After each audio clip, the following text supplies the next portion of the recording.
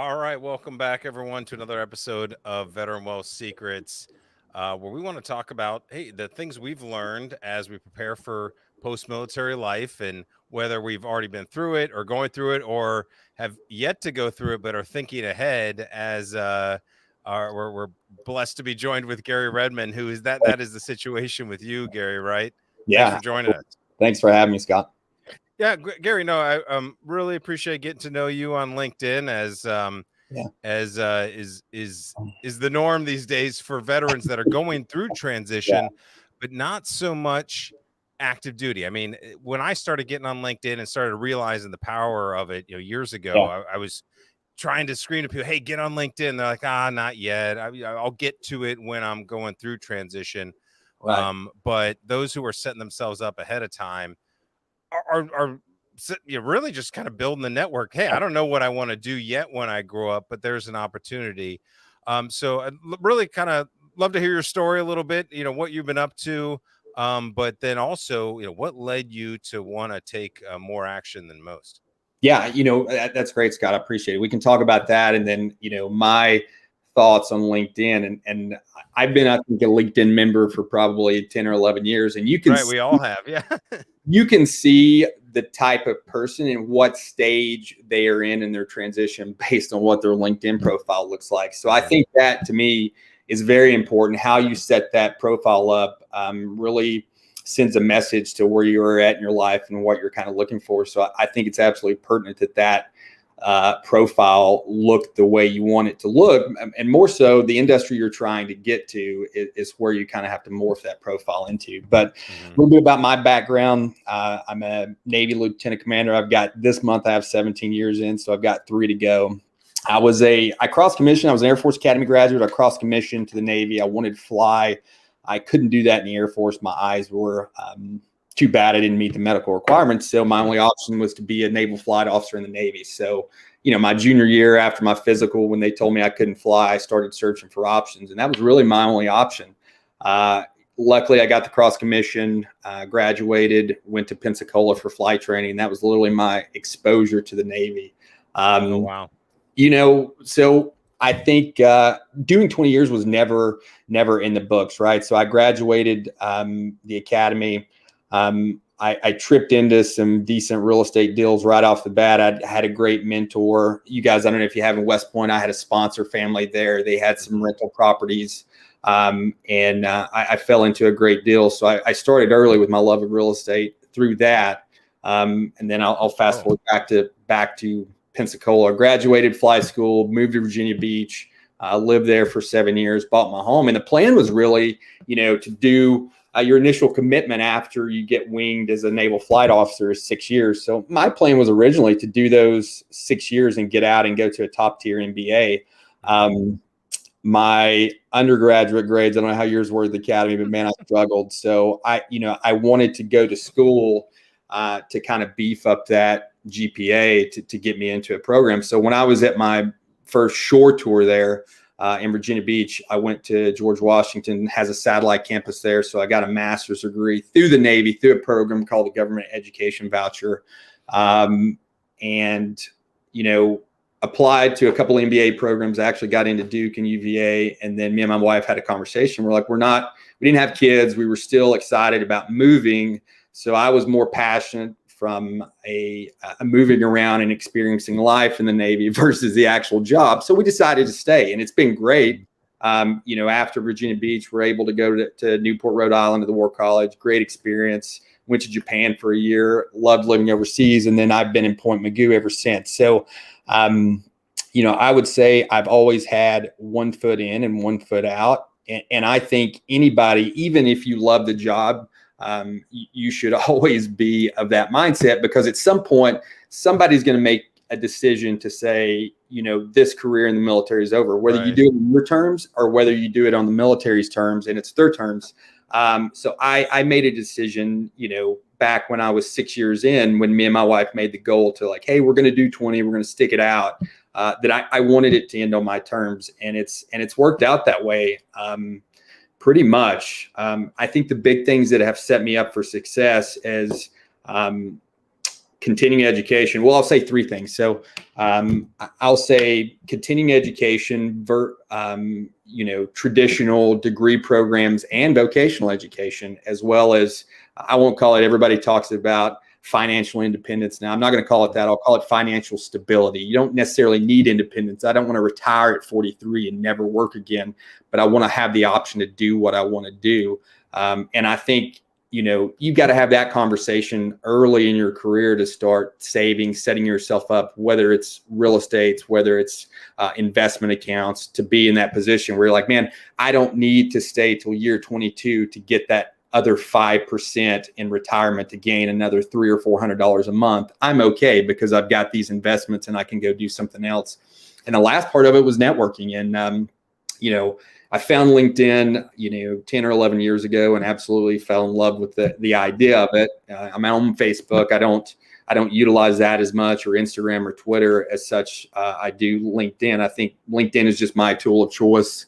And I find myself daily, weekly, just like I found you. I read your book, I reached out, and I do the same thing. I just ask questions to people.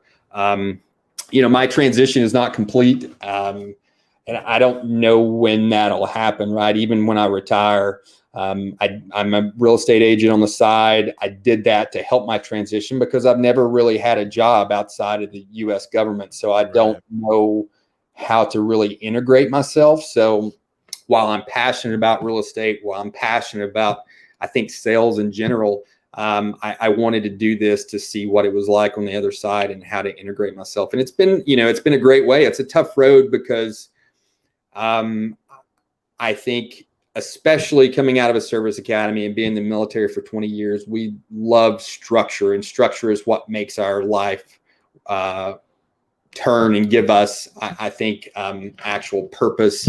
And, this is a different animal. When you get outside of that structure, you've got to build your own structure and do it on your own. And that's absolutely tough if you've never done it since, ever. I mean, you left high school, you went into the military, and there was this structure that you kind of radiated to, and you like that. That's why we all do it. But I think, those three things help make the three things I discussed: education, stability, financial stability, and networking, help a veteran transition more comfortable with it, because you better be comfortable being uncomfortable if you want to do this successfully. And I talk to people weekly about this. So like, man, I love the stability of the military and I love the paycheck, but, and I'm like, well, man, your butt is what is driving you out, but I don't love the job, but I don't love X, Y, and Z. Okay, well, pull the trigger, do it now if that's how you feel about it. But people are not comfortable being uncomfortable. So yeah. Well, I mean, I like how you talk about stability and structure. I mean, stability is that's a big part of what we have with the war chest strategy. We talk about flexibility. We want to have a financial strategy where you're flexible to move when opportunities present themselves, but you're never going to do that unless you have that structure, that stability. So I'm curious, what I've noticed, and it just, kind of gelled together in my mind, what I've been seeing the last few years, the way you put it was structure. If you think about the guys who you start thinking about finances, hey, we get in the military, we get our first paycheck, whether you're an E1 or an O1, hey, you're making, more money you made in high school, right? So you start to think about it. Somebody talks to you about, start doing investment through a savings plan, and hey, that's better than nothing. You get it going, but that's kind of automated. But for guys who get into real estate, I feel like they're putting together a system in place. It's structure. It's a skill set that, you made that decision at the 6-year mark. Hey, I'm going to stay in, but how much did having that structure? Hey, somebody's doing a retirement plan. That's not factoring into, do I get in or out at year 6? But hey, if I got some real estate things going on the side, hey, it's a pretty good deal. I like my job. I can do another few years, get that BAH. How did that play in to you now? You're like, hey, now I have a passion around it. Maybe I even want to be a real estate agent. I know now I can test these waters without having to fully commit and putting all my eggs in that basket. like, man, does that open up opportunities for you, man? How did that structure, that stability, actually create so much flexibility the way I Oh, see I mean, it was huge. And I didn't realize what I was doing when I was doing it.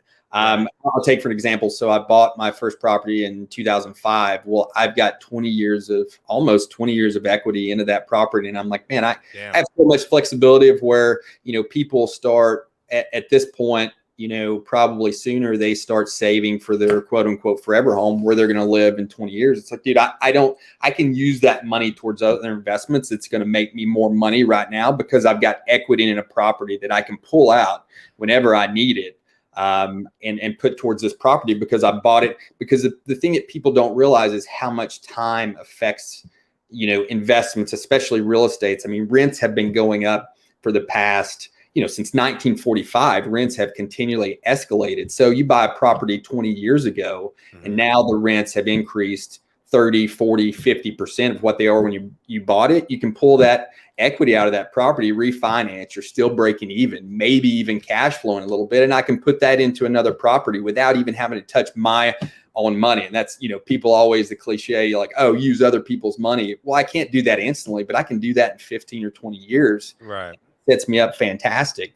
I will say the big thing about the big one out of the three things that I hit on, the networking piece is really more important in real estate, especially investment properties, than the others. Like, I didn't realize when I first bought that property in Colorado that as I was talking to lenders, as I was talking to real estate agents and property managers, how important those people were going to be 10 years down the road to actually, buying more property in that area, or whether it was just making sure my investment was not on fire or making sure it was still in great shape. And they were doing the best they could by me and that piece of property. Man, I had a conversation with a guy. This guy was like 85 years old about a week ago, a real estate developer in Orange County. And he said, especially in investment real estate, the deals are already gone. The good deals are already gone by the time it hits the market. And that's because the networks of the people pushing these deals have already been established, and they're going to get the first take at it. So I can't say, enough, especially in real estate, how important the network is between a good realtor, a good property manager, good people that are dependable, that have the trades, that can fix an AC unit, that can fix a hot water heater, because those are invaluable really right now. Because a lot of people, there is a limited supply of those people, and you may wait a month to get a new installation on a water heater or whatever it is, especially if you don't live there near the area. Yeah, I mean, and that also comes down to a version of personal branding. Yeah. Building out your networks are part of your brand. Have you done the work to make yourself well enough known and find out who else you need to know, that when you need them, you can call on them. And that is something I think people, we forget about in the veteran space. It's like, oh, I got my job, I got my next duty station, I'm good until something else comes up, until I need it. But true investment, true wealth building is getting that network around you, because now you can make decisions quicker. And a lot of times, sometimes you got to pay extra for that. Yeah. You to have the higher end guy. It's like, hey, I know I could shop this around a little bit, but Yeah. it's like, for me and my editor, like, I would never, whatever she charges, like, I hope she doesn't hear Yeah. this. She could charge me whatever, but a lot of times I say, hey, I pay to go faster. Yeah. And that you can do that when building your network, as opposed to everything needs Yeah. to be free. Now you're just waiting in line amongst a bunch of other veterans getting the same cookie cutter advice, or partnerships. Yeah. And so how does that tie in? I think one thing, and you hit on the branding piece, like, I remember that was one thing that stood out in your book, that I'm like, yeah, I'm doing this. I'm doing LinkedIn. I'm doing things on the side as far as what I need to get education. I'm finding things that are free, right? I'm not taking out huge student loans or even using my GI Bill. I'm utilizing tools and assets in front of me to get those things. But the branding piece is one thing. I'm like, dude, I don't even know where to start with this. And talking to you, and then I talked to this other guy a couple of weeks ago. He has like a sports management consulting firm. The guy was in motorsports for 15 and 20 years, doing kind of the same thing, business development, sales on the motorsports side. Now he's written a book. His name's not Mike Mooney. We met through LinkedIn. I was interested in what he's doing. And the first thing he said, he's like, dude, what is your brand? And I'm like, man, I don't, I don't know what my brand is. So utilizing real estate and kind of what we're doing now is my brand. Like I am passionate about helping people transition and make this easier. Like I've done I've taken a decent amount of advantage of a decent amount of the programs the government has to utilize for graduate education or even vocational education, whether it's I've used some money that the government has to get extra license for actually being a pilot. So I have the knowledge to do some of those things. And that's kind of, I think my platform is to tell people like, hey, this stuff is out here. You just kind of have to figure out how to use it. And nobody's going to market it. Right? Nobody's going to say like, hey, here's this free money to do this program, especially in the government, even in the Department of Labor. There's so many programs out there that, you got to talk to the right person at the right time to say, yep, you can do this program. We're going to give you the money to do X, Y, or Z. So I think it is a constant, you should have, especially as a transitioning veteran, not to get off on the branding pieces you said again, but like there should be this constant evolvement of like, hey man, I may not need this skill, but if the Navy, if the Army is going to offer me this education and it's free, like why not do it? Because I don't know, I've got this tool bag over here and I can pull this out if I'm going to do that during my transition, and it just I think makes it a lot easier. Yeah, and in whether or not it's a skill set that the military or school or training that they're going to send you to, or something you can take in a weekend through something like Skillshare. Yeah. And it's skill set development, because yeah, you're right. You never know when something's going to come in handy. So until you know that thing, you might as well keep on building up those skill sets. And maybe it's not just getting certification. Those won't hurt if you need to check that box. But then again, if everybody's getting the same certification, what are the skills they aren't building? And one of the ones is, is the sales and marketing skills. Really, if you can use it to do something like, all right, well, hey, I'm going to get my real estate license or whatever else it might be to, maybe I can turn this into a business, but it's just the skill set. It's all about communication anyways. The better you can communicate and share some value and understand what that really means, it translates into getting a job anyways. Right. So, you applaud you for doing that. Yeah, you hit the nail on the head. That's exactly what I'm doing, is trying to build those soft skills to make myself marketable. Because at the end of the day, everything that we do is sales and marketing. We sell ourselves at every moment, I feel like. So there's no job out there where you're not doing sales. And people are like, oh, I'm not in sales. Yeah, you are. Like, especially if you're looking for a job right now, you're in sales. So I felt that this was a good way to learn, to try to kind of figure that out and hone that craft. And like any smaller bit. Listen, if we're going for the big corporation, you gotta fit a mold. But for the amount of small to medium sized businesses that would love to have a veteran. And if you come in and just say, well, I just want to be the analyst. I'm good at kind of the back end, the number crunching. It's like, cool if they really need that. But what every business needs is somebody talking about their business. So do the number. If that's what you're really good at, sure. But be someone who's willing to communicate, understand the mission and the message, and learn that.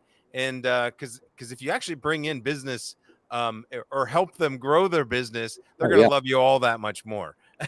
So, and you can actually learn that side of growing a business as well. Yeah, I think that's, people, and that's what I don't think people realize in their transition as far as opening the aperture up. There's great programs out there, fantastic, whether you're looking at the Commit Foundation or Elite Meet, all those programs are great. But people stop there. Like, it's like, okay, well, this is my transition program. I'm going to do this program. Well, it shouldn't stop. Like, you need to open your aperture beyond that and talk to people outside of those organizations, outside of, like, get on LinkedIn and talk to somebody you have no clue who this person is, or I'm just interested in this business. We have no connections whatsoever. And you'd be amazed at how many people are just willing to sit down and talk about what they do, because Right. maybe they expect you're a veteran or whatever, just to help you. I mean, people like to talk about themselves. But that's the piece that's getting out of your comfort zone. Like, just because, on Friday you're wearing a uniform and then Monday you come into work wearing a lanyard and a suit and tie, that's not a successful transition. And that's, If you created the job for yourself. right, right. Just getting a job. I mean, veterans have so many opportunities. There's plenty of jobs out there. You're not going to go hungry, especially if you have some of the skill sets we talked about. But doing something you love, or doing something you're satisfied with and provides you fulfillment. I mean, the numbers are crazy. I think you even said this in the book. Like, when a veteran gets out of the military, the amount of jobs that they go through in the first 5 years, it's crazy. It's like 5 to 10 jobs, right? It's something like that. And there's a stat out there for it, but it's crazy how many jobs people hop to because they're still trying to figure it out. Right. And we're used to switching jobs every 2 to 3 years. If the whole thing is like, hey, if you don't like your job, it's going to change in 2 years. Right. So people are just used to that. So yeah.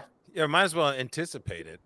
But so for someone like you who's getting started earlier than is typical, and maybe those things like the Honor Foundation or the elite meets or even traditional TAPS programs, maybe you're too early. It's like they're not set up for someone who's thinking that far out. What kind of things are or should you be doing, or are you learning to do before you even sign up for all those programs? Because I'm sure you're going to go through all that as well. Because I know you want more information, of course, and then that's the opportunity for you. Because man, you can suss those things out even ahead of time and go into them with a new intention versus everybody else is kind of showing up. All right, here's my training for the day, and I'm sure you're going to already be well aware of what you're trying to get out of that. Is that kind of the advantage you're seeing?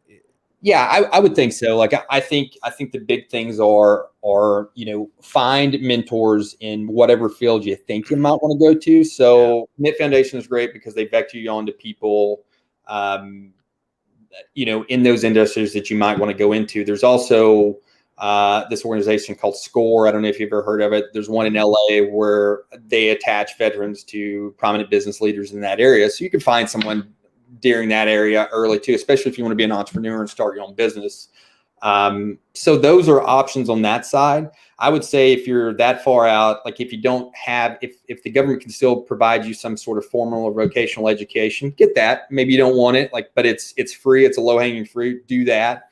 And then also, I would say try to do something on the side, right? Getting a real estate license didn't take me that long. You may not love it, but it's having a job and exposure to something that you don't have. Be a mortgage loan officer. Like, you could get a real estate license. Yeah, I don't really like that, but you like the analytical side of being a mortgage loan officer. Okay, once you have a real estate license, you can easily transition into that by just taking an extra exam. So I don't like the sales, but being a mortgage loan officer is sales too as well. Maybe you want to go down that side. Like, okay, well, I want to go into banking in 5 years. Well, while you're still active duty, you could get an MLO license and start doing that on the side for organizations, because people are looking for those types of persons all the time. So I would tax preparers is another one. Yeah. Right.